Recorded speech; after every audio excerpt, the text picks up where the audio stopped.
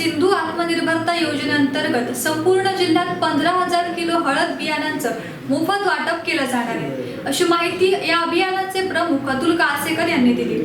या अभियानाचा शुभारंभ उद्या 12 जूनला वैभववाडीतून होणार असल्याचं कासेकर यांनी सांगितलं। यावेळी प्रभाकर सावंत, बंड्या सावंत, दादा साईड उपस्थित होते।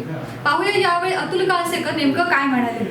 हळद म्हणजे सोनं आहे आपल्या जिल्ह्यामध्ये आणि हळदीची लागवड ही जिल्ह्यामध्ये परसामध्ये होऊ शकते, परसदारात होऊ शकते आणि हळदीची मोठ्या प्रमाणात लागवड करण्याची गरज आहे। त्याच्यातनं आपल्या जिल्ह्यातली एक इकॉनॉमी चेंज होऊ शकते, अशा प्रकारचा एक विचार मांडला होता आणि तो भारतीय जनता पक्षाने सिंधू आत्मनिर्भर अभियानाने उचलून धरला की हळद ही सहज लागवड करणे, म्हणजे ते तर माकड खात नाही, कुठलंही नुकसान होत नाही, हळद सहज लागवड करण्यासारखं असं पीक आहे। त्या हळदीची लागवड आपल्या जिल्ह्यामध्ये केली पाहिजे। सिंधू आत्मनिर्भर अभियानाच्या अंतर्गत भारतीय जनता पार्टी 15,000 किलो हळदीच्या बियाणाचं वाटप जिल्ह्यामध्ये करत आहे। कालच कणकवली देवगड वैभववाडी विधानसभेचे आमदार नितेशजी राणे यांनी या अभियानाअंतर्गत कणकवली विधानसभेमध्ये 5,000 किलोचं वाटप करायचं घोषित केलं आणि आज मी तुमच्यासमोर आलो आहे की कुडाळ, मालवण आणखी सावंतवाडी, वेंगुर्ला, दोडामार्ग मतदारसंघामध्ये एकूण 10,000 हळदीच्या बियाणाचं वाटप भारतीय जनता पार्टी मोफत करणार आहे।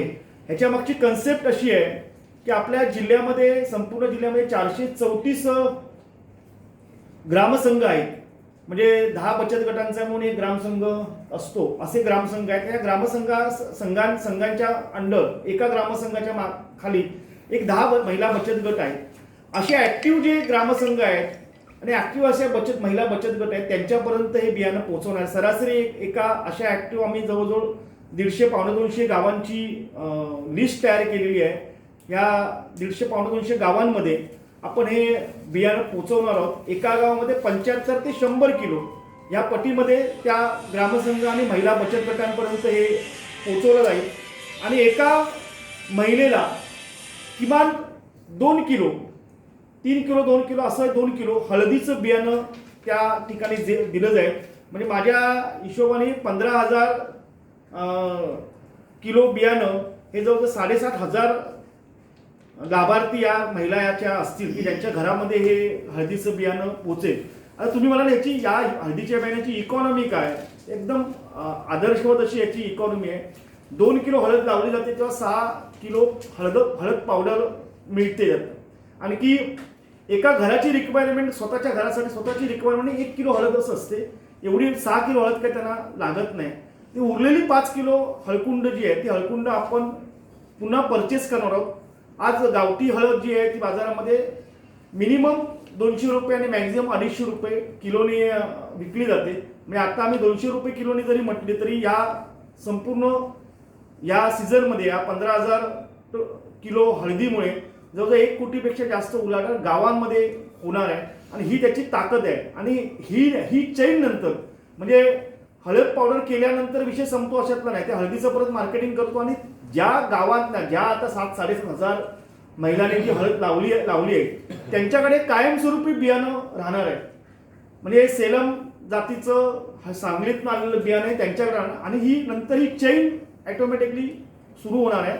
म्हणजे भविष्यामध्ये सिंधुदुर्ग जिल्हा हा एक चांगल्या गुणवंत चांगल्या हळदीच्या बियाण्याचं एक मार्केट असणार आहे आणि मोठ्या प्रमाणात हळद तयार होणार आहे।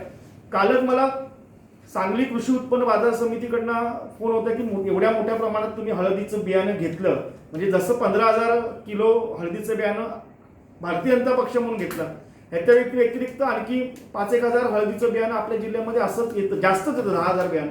म्हणजे एवढं मोठं मार्केट भविष्यामध्ये हे हळदीचं डेव्हलप होतंय आणि ह्यात महिलांना, महिला बचत गटांना रोजगाराची आणि काही पैशाची तरतूद यामध्ये होणार आहे।